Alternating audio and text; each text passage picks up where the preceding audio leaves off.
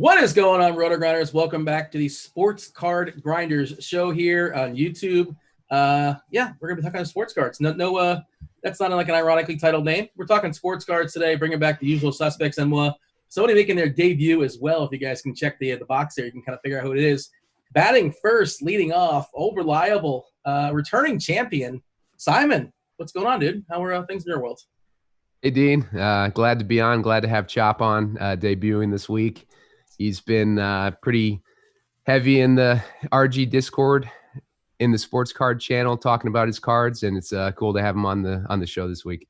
Tell the people, tell them what Discord, tell them what they're missing out on if they're not joining in the conversation. And of course, it's free to join the RG Discord channel for sports cards specifically. Absolutely, we got a lot of veteran card collectors and newbies in there, just kind of sharing mail days, sharing ideas on cards to target, cards to buy. We all use, or most of us use, market movers to kind of analyze price action in these cards and figure out what might be good to buy and what we should be looking at. Basically, we had Cam Newton a few weeks ago. Chief and Rhino were pretty heavy on pumping that card up, and it ended up going up huge when he got signed by New England. So that was a big winner for the Discord channel. Yeah. By the way, you did mention the market movers. Of course, if you guys use the promo code Grinders, that's GRINDERS Grinders, you get your 20% off your first payment there at SCISportscardinvestor.com. And we will be featuring that market mover tool throughout the show as well, for what it's worth. What are we talking about the show? We'll be talking about, Josh, we'll talk about your article in a second, kind of expand on it and talk about some basketball players that we are targeting, some cards we're going to be targeting going forward. As of right now, of course, the start of the season, the restart of the season is 10 days away, give or take. And then NFL around the corner, theoretically. We're going to talk about some wide receivers that we're eyeing as well. With that, let's bring in Josh Wasaki. And, of course, Josh, tease your article, of course, here at RotoGrinders. Tell the people what it's about. And, of course, we're going to expand on it later throughout in the show. This week's just a few guys that I'm targeting right now, or have been for a while. One will be in the restart, one is not. So he's I think, is kind of a sleeper, in my opinion. So I'm excited to talk about him. Yeah, we'll talk about him in a second shortly. And last but not least, by God, it's Headchopper's music. Did you join the wrong Zoom room code? Like, what, Chop, what are you doing here, man? You're in the sports cards now. Now, I used to think sports cards weren't cool, but now that I know that you're collecting them, I know they're not cool. What's up, Chopper? Let me tell you something, Dean. The whole sports world shut down because of the virus, and next thing you know, I'm spending $30K on sports cards in a month. It's crazy stuff out there, man. But yeah, it's something I used to do. I've always done, man. For like my whole, as far back as I can remember being a kid, collect the sports cards and stuff. Lots of gaps in my life where I kind of left it behind and didn't do it, then picked it back up. So it had been several years, like maybe 10 years since I even thought about doing sports cards. This whole DFS thing was going on and consuming my time. And then, the world shut down basically. And I just stumbled on the RG chat in the Discord one day, and I was like, all right, let me see what I can get into here. And of course, everybody who does it will tell you it becomes very addicting real fast. So, and I haven't looked back. So, it's going to be interesting to see how it plays out when the real sports start back up, and then we actually have things to take our minds off of it. I don't know how I might have to hire my kids to manage my portfolio of sports cards, man. Did you get them into it as well, sports cards? Yeah, the boys, I've been trying to I've been slowly giving them things here and there, little cards here and there, little hand-me-downs to get them intrigued, and they seem to be following suit. You said you spent roughly $30K. What's the favorite thing you bought so far? Oh man, so many. Gosh, I can't even. I guess for me, it's probably a thing I just bought a few days ago that I don't even have yet. But so here's the thing about it, and I'll say this. When I first started here a month and a half ago, 2 months ago, it was all fresh again. Didn't know anything of what was going on. And I bought a lot of stuff that first few weeks that I look back and go, dang, that's not my style. That's not what I want. That doesn't catch my eye now. But it caught my eye at that point. But then I spent a lot of time in the RG chat. some very, very smart people in there. Go for this type of card. Don't go for this card. Don't go for these sticker autos. Don't go for, go do this, do that. And they really got me, and they really opened my eyes. So I owe a lot to those guys. So I've kind of evolved here. And my favorite thing I bought was just a few days ago that I'm getting in the mail pretty soon. It's a Juan Soto PSA 10.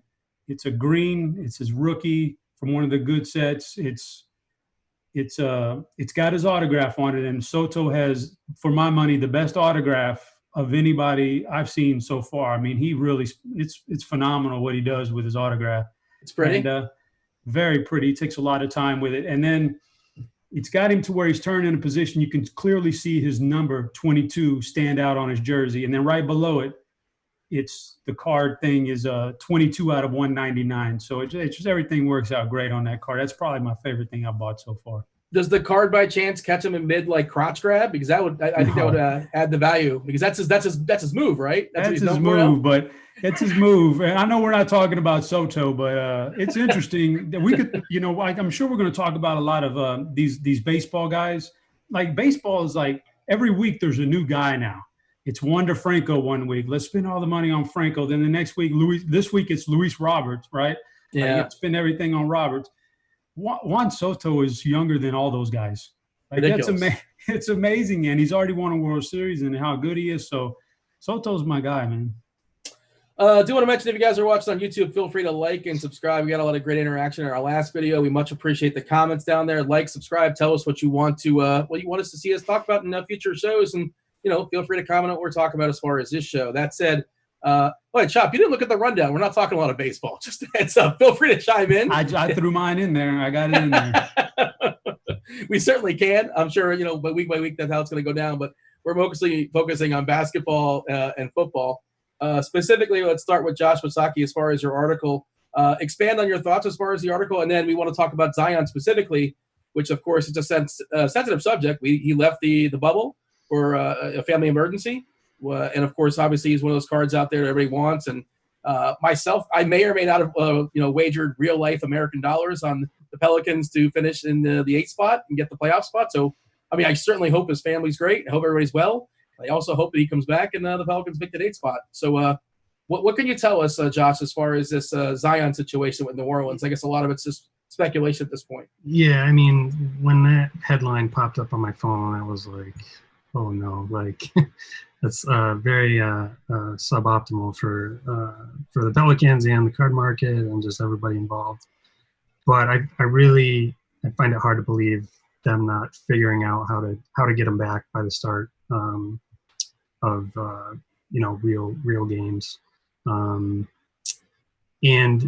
one of the guys in my article kind of correlates to Zion. It's Lonzo Ball, and when they were on the court together this year for 19, 18 games or so, they were, I think, 5th best in the Western Conference for, pair of players being on the court. So I'd really like Zion to come back just for my investment in Lonzo cards right now. Specifically, one that I looked at in the article was the Optic set. And if I don't know if we have it pulled up. I think Simon's going to do a little screen share as far as what's going on there with the Lonzo card you're talking about. Yeah, so you can see his base or his prism has gone up, drastically over the last couple months, but his Optic PSA 10 is kind of slowly moving along. And if we look at other trends, they kind of the increase kind of follows more closely than this one. So I think it's a good opportunity to buy the Optic set right now. It's less than $80 for a PSA 10, whereas his Prism is touching 200, I think, or just over 200. And I think if Zion's back, there's going to be tons of highlights with Lonzo throwing him lobs. And if, like you wagered money, if they do make the 8 seed, they're going to, all eyes are going to be on them. They're likely going to play the Lakers. I think it's going to be really good opportunity to get in now on Lonzo. Yeah, for what it's worth, James, by the way, one of the NBA reporters, one of the top NBA reporters, talking about Zion specifically, saying he was dealing with leg cramps. Like, I can't imagine that's the reason why he left. And I take him at their word that I assume there's a family emergency going on. But I don't know how serious those leg cramps may or may not be. First thing is his family and the emergency, and hopefully taking care of that. But under the presumption that he is healthy, I assume it sounds like you're bullish on Lonzo. And if everybody's back, the Pelicans, they making the playoffs, they get in that 8th spot? I mean, they do have one of the easier schedules left in their 8 games left. Even before the shutdown, they did have one of the easier schedules remaining, so that they were probably even more likely to make it if they had the full season. But I think Vegas has them at like plus 300 right now. They're only they're behind the Grizzlies. But Grizzlies have a tough schedule, and I would not be surprised to see the Pelicans overtake them. Chop, what's your thoughts as far as the New Orleans? Go ahead. I'm sorry. No, go ahead, Chop. Yeah, Chopper, jump in here. Tell me it's a good wager on New Orleans at plus 300 to make the playoffs. I mean, I got the very same thing going on there. Okay. I 100% looked at the schedule, looked at everything going on, and said that looks like a 7-1 close for New Orleans. I think they'll make the playoffs. I think this whole format really feels like they've done this for Zion to showcase him, which is then we go to sports cards. I saw that and said, oh, okay. I was already on some Zion cards. It's time to load up on Zion, man. So, yeah, when he left the bubble, I was like, oh, my gosh, I'm going to get stuck with these things. Not that it's a bad thing. He's going to be a really good player for several years. So, but everything I was geared up to was this restart of the NBA and how much of a monster he's going to be. And that really worried me. But, yes, I think they're going to go about 7-1. I think they're going to squeeze into the playoffs. It's going to be a Zion showcase, and I expect big things out of him. Yeah, Memphis is up 3 games on Portland, and I think 3 games on New Orleans as well. And I'm kind of forgetting Portland, but out of the 22 teams, strength of schedule, New Orleans has the easiest schedule left. Now, to be fair, you could say conspiracy theory, the NBA is doing their best to get Zion in there. You could say that, sure. And they are putting New Orleans on the very first game back, New Orleans versus Utah. And it's not because they want to showcase Rudy Gobert. Like, that's not what's going down there. They want to showcase Zion. And like you said, the 8 games, New Orleans has the easiest schedule amongst the 22. Memphis and Portland, I think, at 4th and 5th as far as strength of schedule. Also, just as long as you're within 3 or 4 games, I think it's 4 games of the 8 seed, which I suspect it'll probably be Memphis. New Orleans will have to just beat Memphis twice. That's what has to happen, Chopper. They got to play them once and then play them again. There's no home court, obviously. It's all neutral. They walloped them twice during the regular season. And with Zion back, that Zion lineup that they had with Zion and Lonzo and Holiday and Ingram and Favors was just crushing. And then, 6-man Redick as well, too. I just think at 3-1, that just seems wrong. And even 538 was given 38, 40% or something like that on it, if you believe in math and numbers and things of that sort. Your thoughts as far as Lonzo specifically there, Chopper? He's going to be a monster. He's going to be. I mean, I'm just like everybody else. I saw the photo of him a couple of weeks ago in the mask. Looked very fit. Looked trimmed down. I expect a monster performance out of Zion to close the season and then get into the playoffs. And I think it's going to drive his cards. Oh, I meant Lonzo Ball. I'm sorry because Lonzo. I thought you said Zion. Oh, Lonzo. You're good. You know what? It's funny. It's Lonzo Ball looks fine. I also tried to get on some Ingram, and it was already the cards had priced up a little bit already. So that was a tougher deal. But then I even kind of tried to stretch out and get some Drew because I think these guys are all going to benefit from Zion getting all this attention. But Lonzo Ball is for sure the next guy in line right there. I love that correlation with those 2 guys. When Lonzo Ball's on his game, he makes Zion better, and Zion pads Lonzo's stats. It's a good connection right there. Josh, you had a little bit a tougher job here to sell us on the next guy, Josh. Oh, you're jumping in there? Yeah, so you want to sell us on somebody that's not playing in these 22 games, 22 teams. All right, buckle up here, Chopper. Here comes the sales pitch. So I'm pretty for my stanzas, I'm pretty heavily invested in RJ Barrett right now. I've got a bunch of optic base and a bunch of prism base. He's in the best market in the world for sports. Not too long ago, he was the number 1 player in the country, going to Duke, only to be, overshadowed by his teammate Zion. but he still had a good freshman year at Duke that led to him being the number 3 pick. Now the Knicks as an organization are just a total dumpster fire, misusing him, making him the primary ball handler in most situations where he's really not that. He's, going to be a scorer slasher type. And they were more trying to force feed him like James Harden almost. And he's not there and may never get there, but it'd be great if he did. But I think, he's only 19 still. If they can hire a good coach and just turn the organization around, just start, making better moves. If they start winning and RJ is their top guy or their number 2 guy, I think his prices are just going to skyrocket from here. Just because of, all those factors. He's so young, the Knicks, winning in New York. I just think it's a good lower risk, compared to the other 2 top guys, Zion and Ja, where, in a couple of years, RJ could be the next Jason Tatum type breakout where, Tatum prisms are almost $1,000 right now, where, RJ is less than 100. So I really like him. I don't know if I've sold you on it, but I definitely see the upside for sure. For what it's worth, it doesn't matter. But he just turned 20 in June. So, yeah, basically still just, yeah.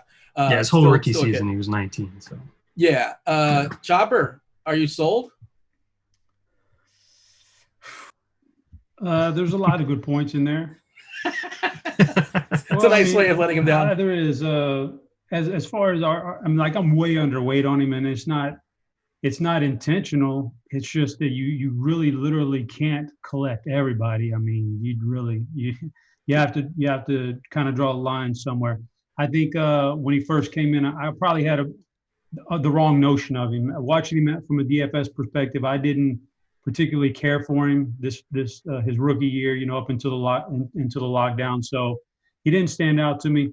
But then I heard the same argument. I actually might have been Josh had said something previously about the market and everything. And that got me thinking. So I picked up a few RJ Barretts. I don't mind him because of the market and because they are going to throw the money out there to make it a good team eventually. And there's upside there for sure. But I mean, I'm not quite on that train just yet. Only because you just can't collect everybody, man. And there's so many good first and second year players that it's tough. Yeah, everybody's going to have their guy. Yeah. And that is eventually what I see the card market doing. Right now it's kind of like the Wild West. You can buy almost anything and make money, but I think eventually it'll plateau. I don't think it's ever going to, I don't think the bubble's ever going to burst, but, I think it'll plateau and then eventually, you have to do more prospecting, like, do your research, pick your couple guys that you want to, invest in, strategically. And go from there. You were talking about the coach, and they currently have an interim coach, Mike Miller.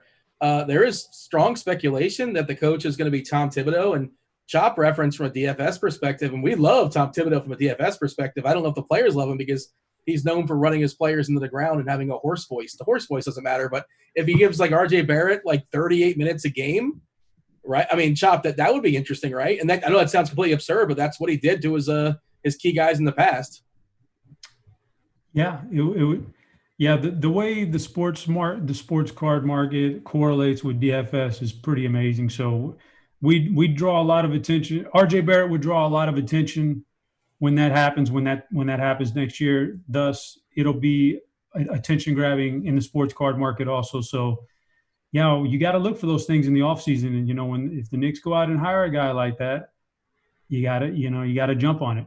So be prepared before the other guys. Simon, you're still with us, right? Still here. All right. Who's your guy? Who do you want to sell us on? I like Joellen Bead. We talked about him last week as well. I've talked about him in the past as one of my favorite basketball players. I just think that he's still got a lot of potential to, like the 76ers in general, to refocus and they've had some rest, and I think they can come in and make some noise in the playoffs. And I was looking at the 538, and I see chance of making finals at 33% for the 76ers. And I think with that, that likelihood, Joellen Bead's prices are still pretty cheap. I'm looking at a chart right now of his 2014 Prism basketball BGS 9.5 versus the 10. There's a population of about 816 on that PSA 10. The price just shot up. Someone paid too much for it. They bought it for $550. Before that, it had been going for about $305, $300, $290 range. I think if you can get it in that $300 range, then that's a good buy on the 10. But I think if you can get the BGS 9.5, if you don't want to risk overpaying for it, you could get that for around 160 or less would be a good buy on that. Yeah, I just pulled that article on the fly here, Simon, and that's interesting as far as the 538 NBA predictions and chance to make in the NBA Finals. 45% for the Lakers, 37% Milwaukee, then 36% Clippers. Next up is the 76ers at 33%, and they've been disappointing. There's really no other way to say it. I think they're the sixth team in the East, but just as long as you get to the finals, you're getting to the playoffs. That's all that matters, and you're live in basketball. They certainly have the talent to do it, to make it work. We had this conversation last week, and neither one of you guys were here with us. So I'm curious your thoughts. Josh, you go first, then you go Chopper. But Josh, your thoughts on Embiid, but then I'm curious what your thoughts are as far as Embiid specific versus Jokic, who you prefer to invest in. That's a good question. I mean, I feel like people forget how skilled Embiid is. I mean, he's got amazing footwork. He's so big. He can shoot out to the three-point line. I mean, so can Jokic for that matter. But I don't think you can go wrong with either one. I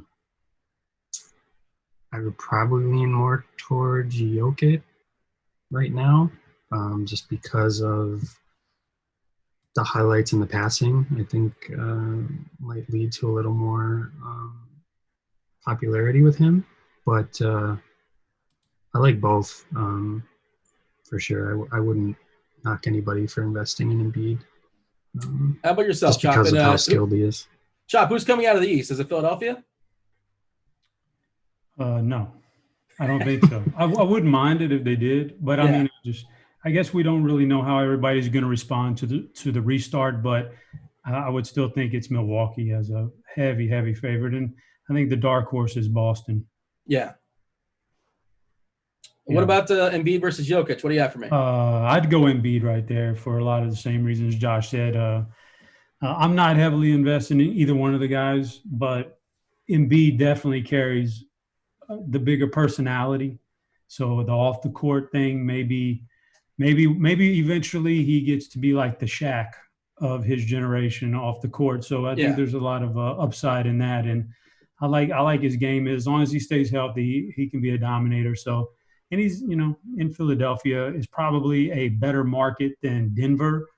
Not that there's anything wrong with Denver, but, so, I'd lean Embiid right there. Yeah, I think they're two of the more likable guys and two of the more most fun players to watch. So it's hard to compare because, that's not – Jokic is just – nobody else is like Jokic. Nobody else has a game like him. Nobody else is built like him and plays like him. And then Embiid is just a lot of fun, and nobody's having more fun on the court than him. And, again, he just things like the big man just not supposed to do.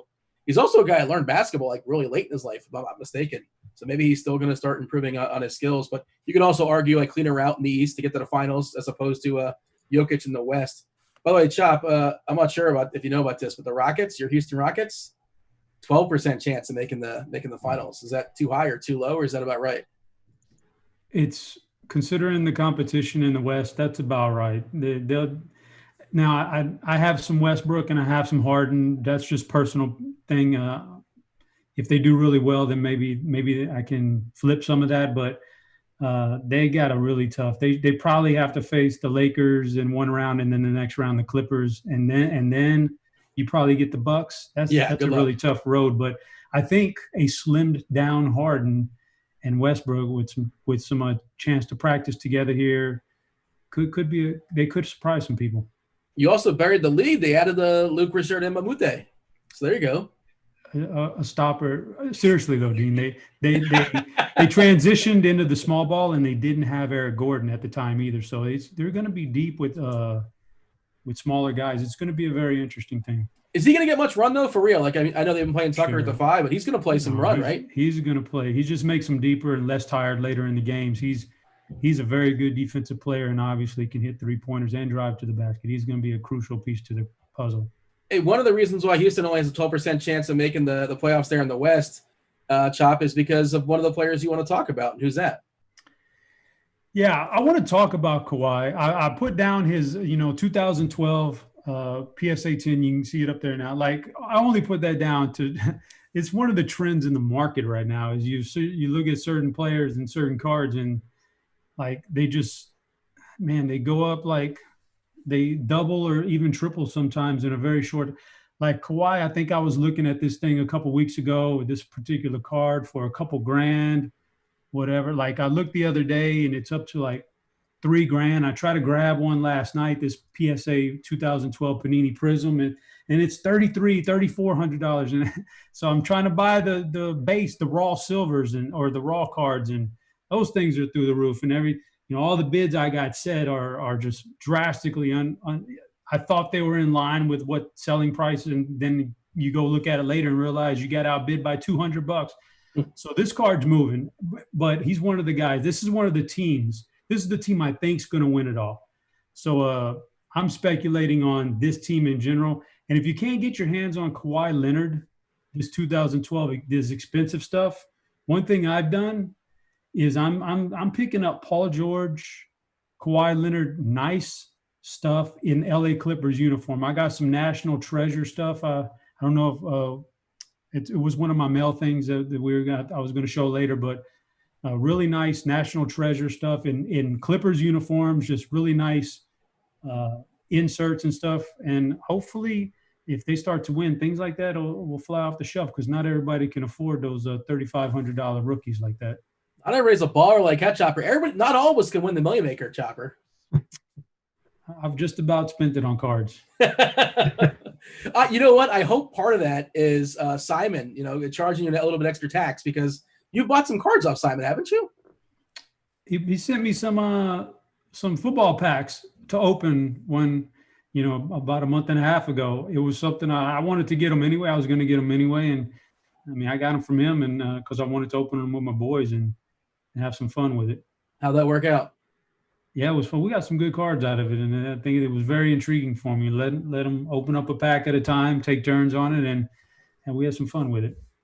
It's interesting you said you like the Clippers. I like the Clippers versus the Lakers, but I know it's not a gambling show, but like the Lakers at plus 240 and the Clippers at plus 333.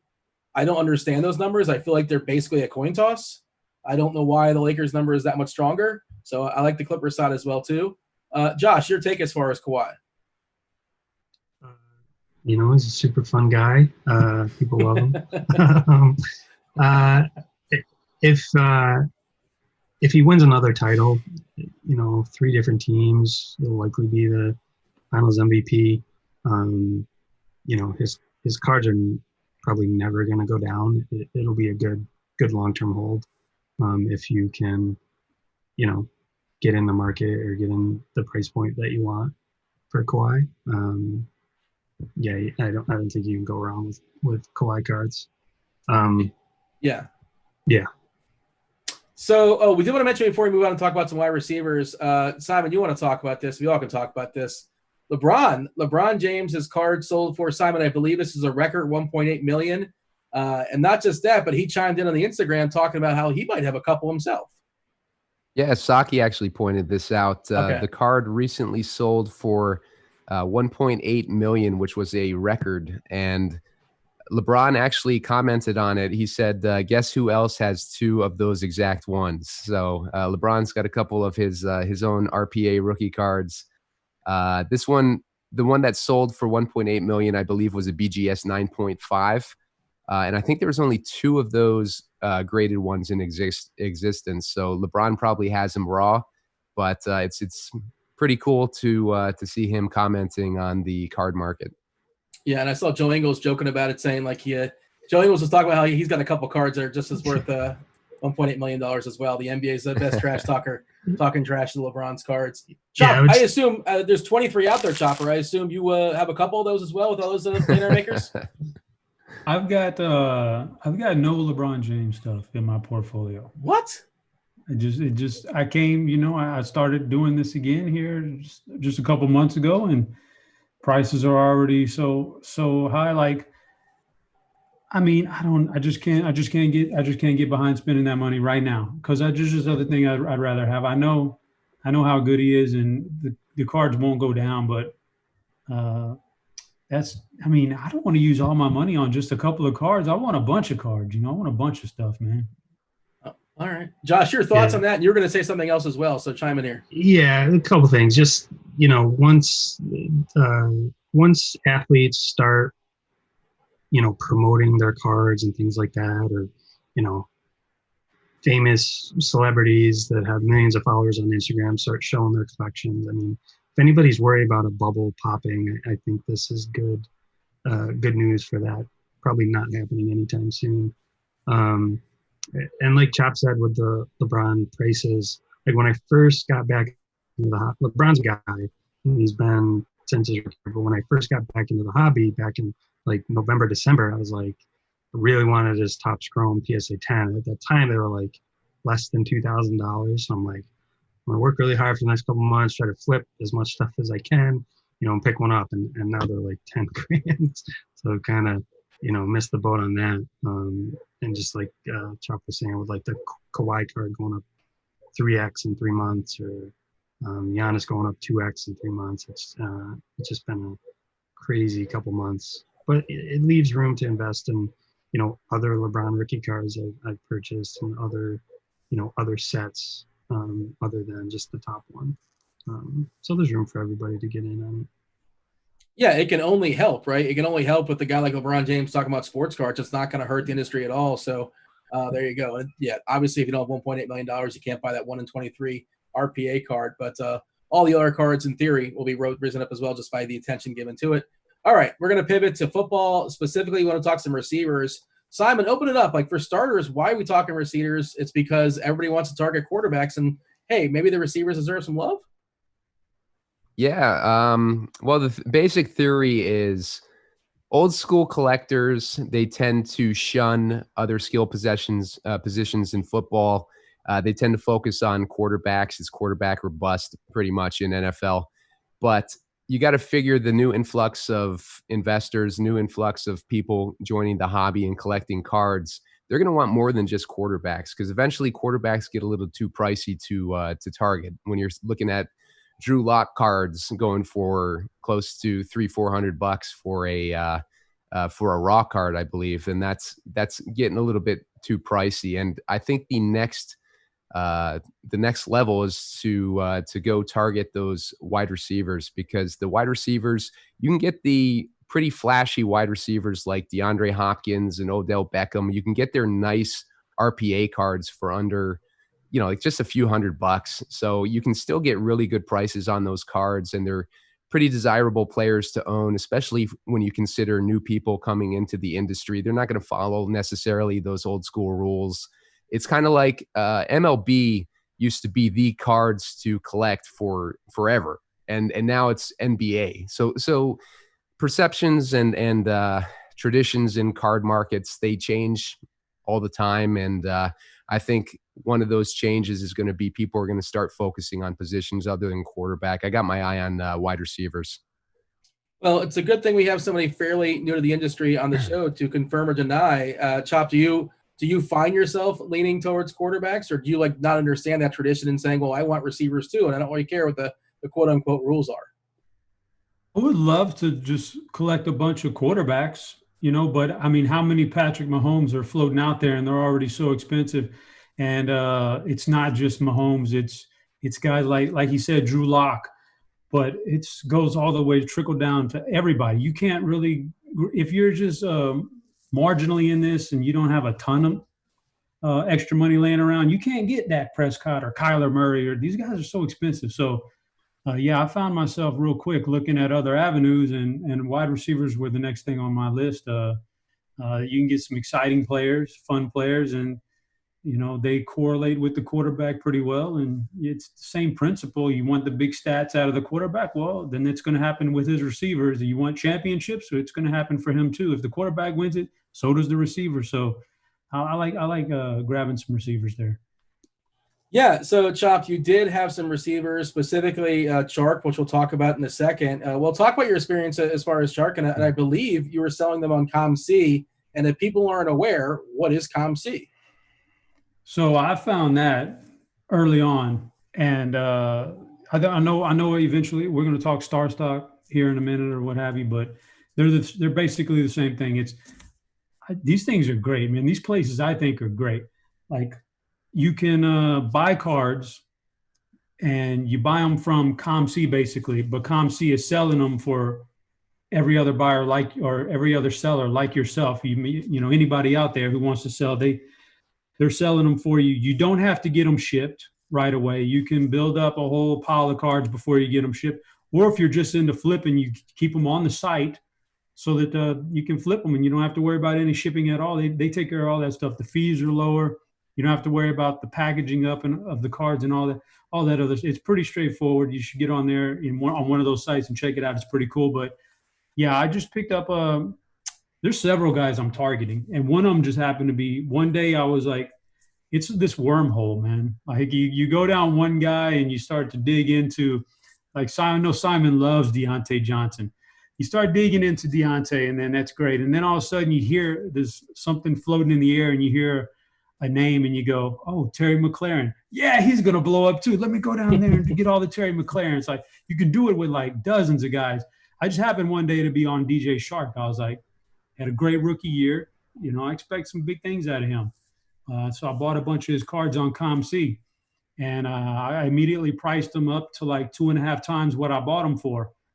And I'm just going to let him wait until the football season and let him have those big games, and, you know, and then I was going to sell them. Then I woke up one morning and they were all gone. Somebody bought them, man. They were like, they must have had the same notion as me. So it was an immediate flip, and it was cool. I kind of wished I would have priced them higher. I didn't really want to lose them all at one time, but just, you know, you can get guys like that less than $20. You get really good cards from really nice on the card autographs for guys like that, less than $20. And you're just in a situation where you're probably not going to lose that money. You'll eventually get it back. If they don't do very much, you'll get it back. And if they do well, you'll go double or triple or even more.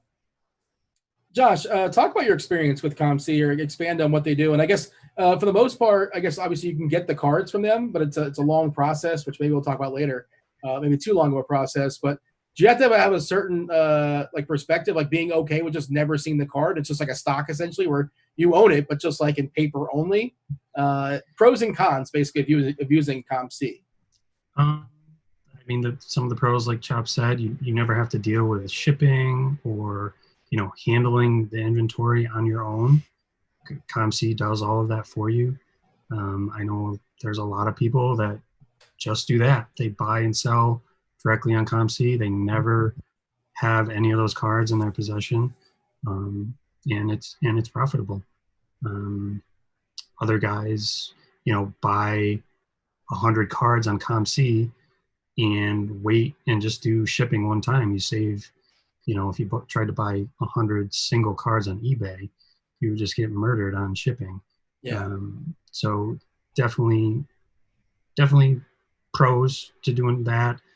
Some of the cons, like some of it's not instant. Like if you're trying to, you know, send cards in, you know, to put in ComC inventory, that I've heard that takes some time. So this might be more of like the long game for some people rather than just quick flipping if you're trying to submit your own stuff. But definitely advantages to using ComC.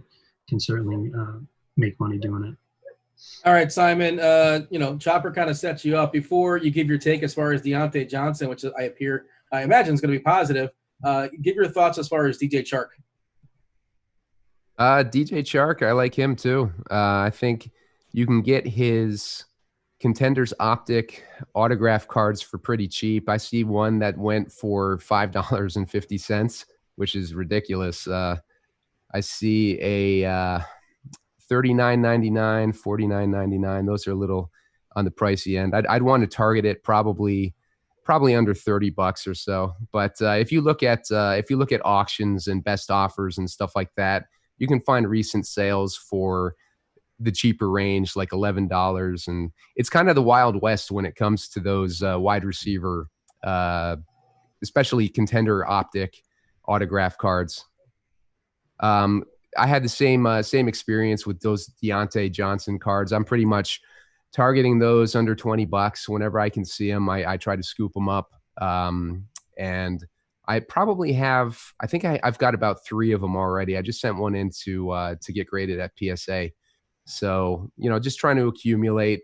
I've been doing it wrong. I've been doing it on eBay. So I've been paying those damn shipping fees for every card that I buy. I should be accumulating either on Star Stock or ComC, but I think the asks on those sites are a little higher than they are on eBay, which is primarily why I try to buy them in auctions. A lot of time in auctions, people aren't looking for those wide receivers, so you can get them for cheaper than like the typical buy it now prices. Chopper, are you bullish or bearish on Deontay Johnson?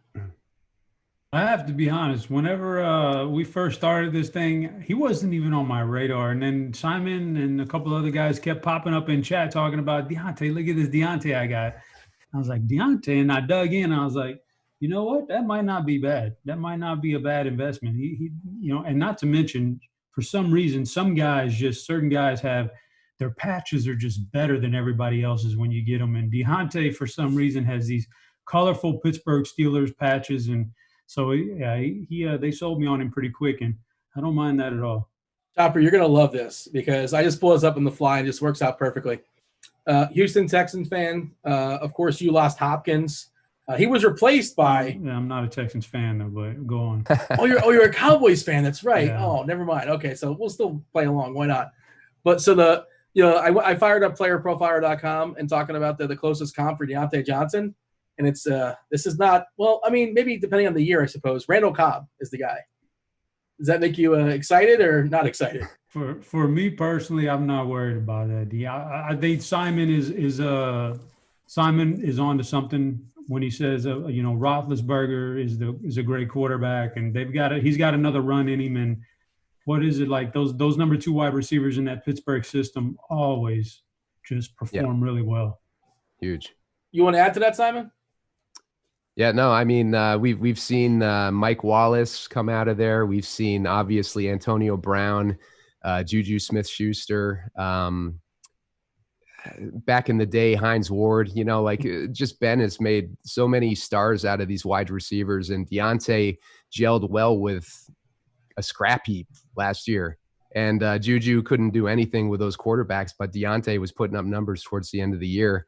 So, I think that him and Ben should form a quick connection, and I'm not too worried about the lack of playing time together when it comes to Deontay. Just looking at how quick he gelled with those less talented quarterbacks last season.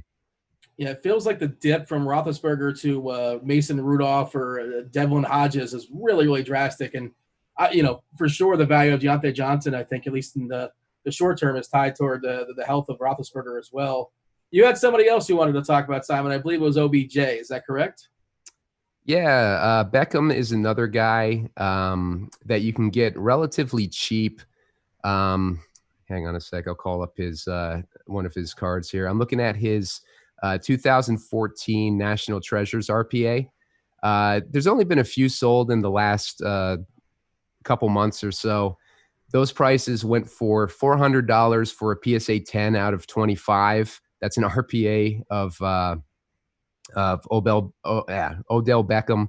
Another one, best offer was accepted for $400. That was out of 99. So that gives you an idea of the cheap prices that you can get on a star like Odell Beckham for an RPA card. I mean, those RPAs, if those were quarterbacks, those would be going for at least, like 1,000, 1,500 or something like that.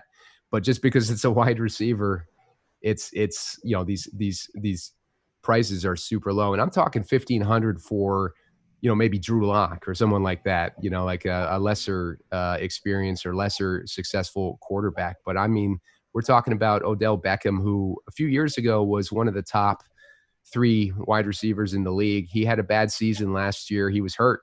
Yeah. He was hurt for almost all of last season, and he was on a new team on top of it with crappy coaching.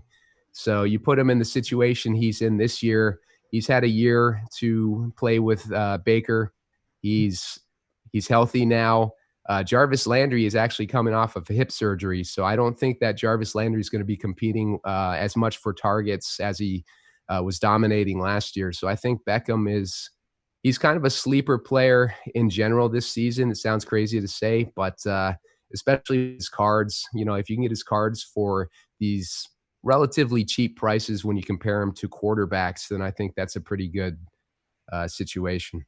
Can you just expand it for a second? I want Chopper to comment on OBJ, but before that, Simon, expand on what RPAs are. RPAs are rookie patch autograph cards, and the cream of the crop when it comes to RPAs is National Treasures. Those are the boxes where you buy a box of 6 cards and it's going to cost you something like a few $1,000s. And you get cards.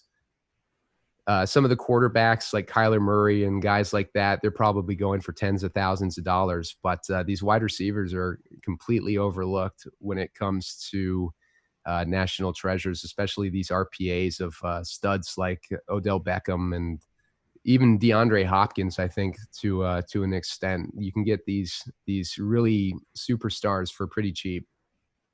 Oh, there's no coincidence why Drew Lock's name keeps being mentioning it. There's some foreshadowing going on. Spoiler alert, if you guys stay tuned to the end. Chopper, OBJ, we buying or we crying?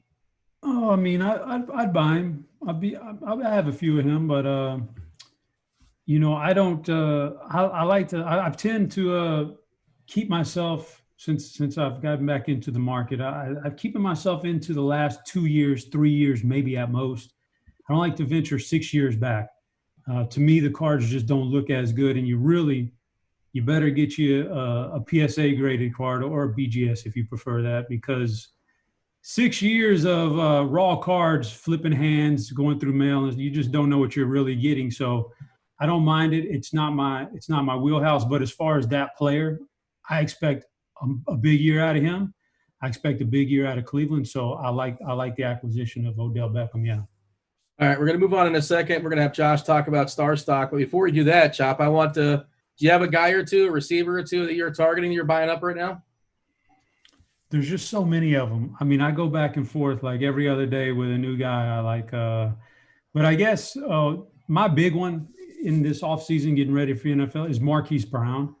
I'm all in on Marquis Brown and the cards and the player. He did what he did as a rookie last year, which was okay, wasn't great. But he was clearly the number 1 wide receiver on the team. He'll be the number 1 wide receiver this year. He played all year last year hurt. He was never really recovered from his injuries in college. He played hurt. I expect a much bigger year out of him. Baltimore, outside of Kansas City, let's set Kansas City aside. Who's the next biggest favorite to win the NFL title? In my opinion, Baltimore's right there. Baltimore's, they were close last year. I think they'll be better this year. So imagine that guy having a big year and Baltimore grabbing that number 1 or number 2 seed again and going to the Super Bowl. I like a lot of I got a lot of Marquis Brown. Yeah, it's interesting you mentioned him last year, and you're right. He did play hurt a ton, and there were some games, from a DFS perspective, we always kind of thought, looking in how many snaps is he playing, and he would have like a 30% snap count. And of course, he'd catch that 180-yard touchdown, and that's that. Who cares? Like he already got there. Just pulled up the fly, by the way, for what it's worth. Those are the clear 2 favorites as well from a Vegas perspective. The Chiefs 6-1, Baltimore is 6.5 to 1. You got anybody else, Chopper? Simon, do you have any thoughts as far as a Hollywood Brown? I like him too. Yeah, I think if you can get those cards pretty cheap, go for it. All right, Choppy, good to go. Should we move on? You have a thought as far as Hopkins? We mentioned him throughout the show. Any thoughts there? I think it's a big year for him, but same thing with Odell. I don't like to venture that far back into try to grab rookies from, especially just like Odell, a guy who's switching teams. So is the Cleveland fans, really going to want the New York Giants Odell stuff, or do they want really nice stuff in Cleveland uniforms? Same thing with Hopkins going to Arizona. Do they want the Houston stuff, even though it's the rookie stuff, or do they want nice Arizona? So there's some things there that I just don't have a lot of those guys, but I understand. I think they're both in for a big year. I never heard that thought before. That actually makes sense, though, because that probably influences the value to some extent. Josh, a thought on that, and then bring in I know you want to talk about Star Stock. Yeah, like I know for certain NBA cards, like if they've switched teams in their career, it really takes something like winning a championship, like the first year that they won a championship in that uniform, like that card could be more popular than other years. So I think that would probably correlate to other sports. Like, if the Cardinals win the Super Bowl this year, then, Hopkins Cardinal stuff will probably see a nice spike compared to his Texans stuff. But yeah, I think that would correlate to other sports as well. Just title dependent, big season dependent, that type of thing. Makes sense. And yeah, you wanted to talk about Star Stock added. We have another grading company, SGC. Talk about that. Yep. So I really like SGC slabs. I just like the look of them. They have the black border on the card. It makes the card really pop. We discussed in the pre-show, they are getting a little behind with processing, just like the other two, PSA and BGS. But I think, sites like Star Stock, adding them as an option is just good for the market in general to have a third a popular grading company. I would assume StockX is probably pretty close to adding SGC cards as well. And Star Stock is very similar to ComC. They've only been around for a couple months, but I believe it's some of the guys from FanDuel started Star Stock, and it just has a more up-to-date feel. Like the website feels almost like FanDuel. ComC, like we talked about, is great, but their system and user interface is kind of antiquated compared to today's stuff.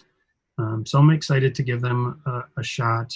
I have several hundred just base rookie cards that have just been sitting here. I'm going to send those out this week or next, and just start building an inventory on Star Stock and try to start flipping into bigger cards.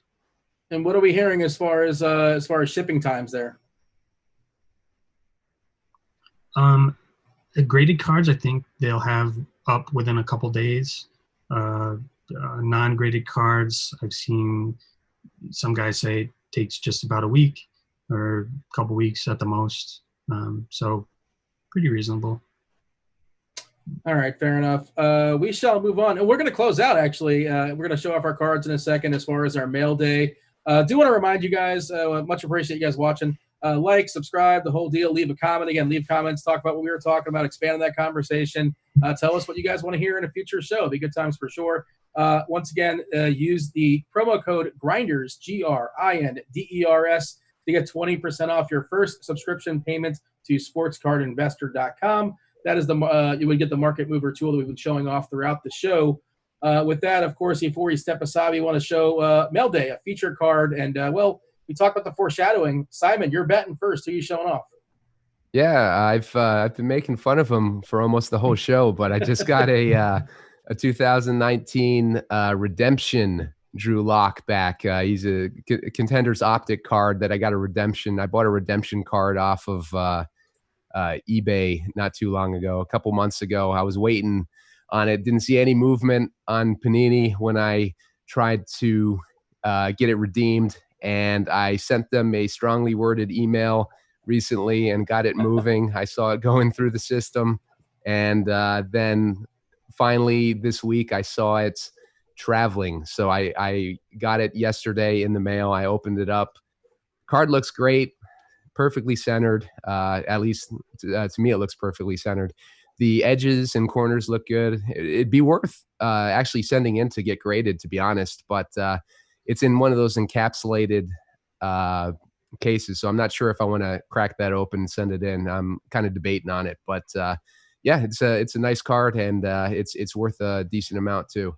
I bought it All for right. about 200. It's probably worth about 350 last time I checked, something like that.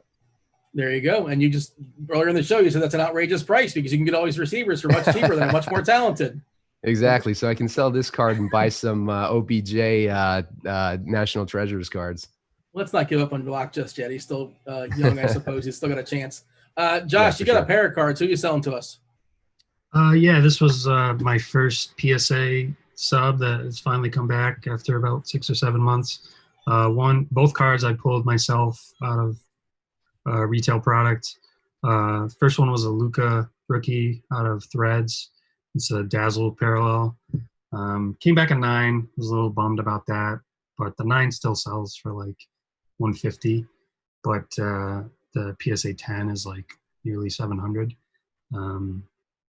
The card actually looks really good, so it might be one that I crack out and either resubmit to PSA or give SGC a shot to see if I can get like a SGC 9.5 or SGC 10.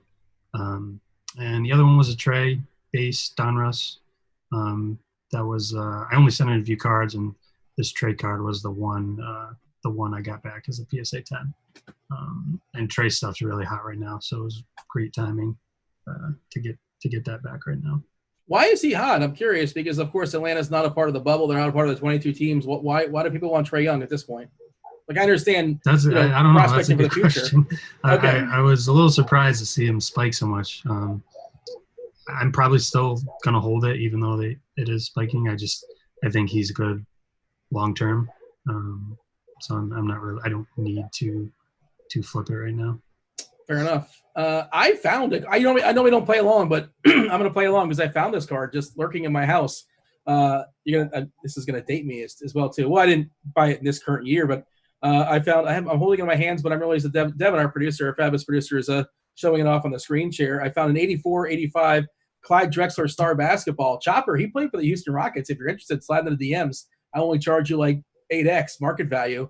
I'm sure you can handle it. Pretty nice corners as well too. It's a pretty sweet looking card, and it's my understanding that Star Basketball only made like 5,000 cards per back in the day. And the story I remember, at least, somebody Google this. I don't know if this is true or not. Doesn't matter either way. We'll just throw it out there. But fact check it. I think they sold them in team bags. That's the way it went as far as Star Basketball back in the day. And you just buy yourself a bag of the Bulls. You buy yourself a bag of Portland. And I think they didn't sell very well. Yeah, it's a beautiful looking card. I think it's worth like $100 or so, give or take. I have to get it graded, maybe get some more, but I'm excited about it. When I found it, I was like, oh, it's not the rookie. It's his second year, but there you go, Chopper. Slide into the DMs. Clyde Drexler is all yours, or we could just trade straight up for your card. What, you want me to pop open my mail, Dean? You ready for it? What do you have for me? Oh man, I'm not even sure. I don't even know what I have here, but I get a lot of stuff. I just throw it on the floor and I open it when I get time. So I got one here. I recognize the name. It's a guy from Twitter. So here's the thing about it is, I noticed right away those eBay fees. Oh, buddy, they can tear you up. So I started getting into the social media more. Some guys go to Instagram, Facebook, or whatever. But I found Twitter has a really nice. A huge audience of guys you can buy and trade and sell with. And as long as you're doing PayPal goods and services, it gives you some protection to you won't get ripped off. And you skip all the fees. You skip a lot of those fees, man.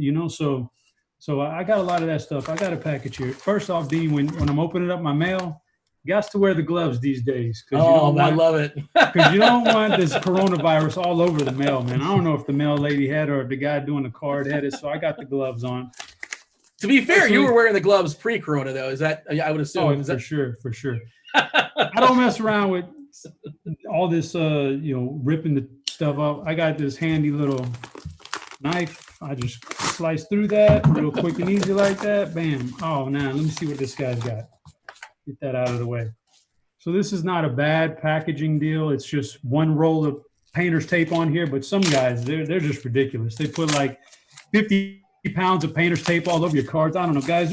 I've only been in this thing for a couple months, and I know there's a better way to do it than that. So we gotta get that worked out. Let me see what I got here. Oh, the worst is when they use packing tape and wrap. Oh man, just bubble wrap stuff. with packing tape. It's impossible to get those open. I got some good stuff here, dude. Do you have any idea what's in there? No, I didn't, but it is all coming back to me now. I got this. You can't even see it, can you? Because of that backdrop thing. It's messing with your backdrop now. Yeah. Tell us what it is. Michael Porter Jr. Green Prism from 2018. That's nice. I got a couple, actually 3. Vlad Guerrero PSA 10s rookies. Nice. Those are nice. And then this one right here was the one I was really interested in when I got the deal. We did this deal about a week and a half ago, and then he finally got the package to me, but I don't know, you can't see it, but it's a Luis Roberts gold border on his Topps rookie card. For some reason, Luis Roberts just spiked in the last 3 days, just went crazy. So I bought this for like $100.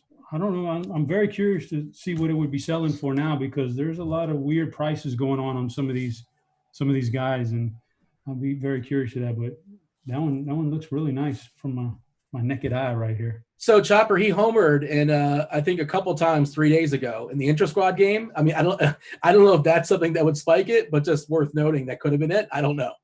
I mean, the thing I said earlier, but these young MLB players, they have like a week and a half of they spike everything, and there's so many good young ones, and I guess it was just his week, but I caught that card right before the big spike, so I got lucky on that one, and actually think he's going to be a good player though. Yeah, he's got a lot of buzz coming in, obviously, as well too. Before we go, Chop, I'm curious. We talk about all these cards. You know, a lot of them have been priced up of late. You're an Astros fan, that I know for sure. Are the Astros like players you can get on the cheap right now, because they're not necessarily America's team? Because people, not really. I haven't seen much of a decline. I try to get I try to get as many nice Astros as I can for my PC personal collection, and I haven't seen a lot of drop off there. There's some really nice Jordan stuff out there, but it's costly, so you're not getting much of a discount, to be honest with you. Yeah, I thought it might be built in, but I guess not. So much for that. All right, we got to go. Much appreciated, everybody, for joining the show. Let's do this. Get your social out there. Simon, tell me your social. We'll go around the horn. Josh, and then, well, Simon, you go, then Josh, you go, and then Chopper. Social, it's at Yeti Boom Films on Twitter, and I'm lurking usually in the RG Discord sports card channel. Josh? Yep. So Twitter, Saki21, and I'm on Instagram and YouTube as well under Saki Collects, all one word. And I pop in from time to time on the Discord as well. Chopper?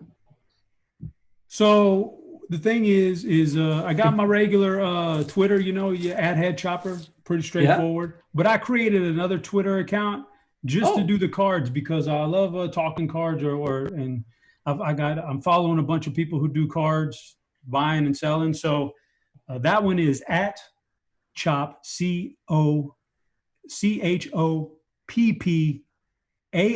Choppa, CHOPPAH 161. Really? Was Choppa with only one P taken? Yes, I swear to you, that's what was left. Twitter is really blown up. I don't know if you know this, Dean, but it's pretty popular format. There's a lot of stuff. But yeah, so it's CHOPPAH 161. Just in case you want to follow that one. That's nothing but cards, man. I'll buy a lot on there too. If you got anything to sell, hit me up on there, and we work a good deal. I'll always do it. Have you created a list that I can steal your list, a bunch of people to follow from sports card perspective? Not a list, but if you just look at the people I'm following, it's nothing but people who do the same thing. They buy, sell, and trade. All right, fair enough. Chopper, I'm going to go ahead and Choppa, CHOPPAH 161. Is that correct? Dude, I'm not lying to you, Dean. The original one was CHOPPAH 16. Right, that's what I was going to do. There's so many names. They added the one for me because all that with the 16 wasn't enough. They added an extra one for me. So yes, I had to do it, Dean. I had no other choice. With that, we thank everybody for watching. Much appreciate the viewership, the interaction in the chat, the likes, the subscribes. Simon, thank you. For Josh, for Choppa 161, I'm Dean. This was Sports Cards. We're RotoGrinders. We're out of here. Holler.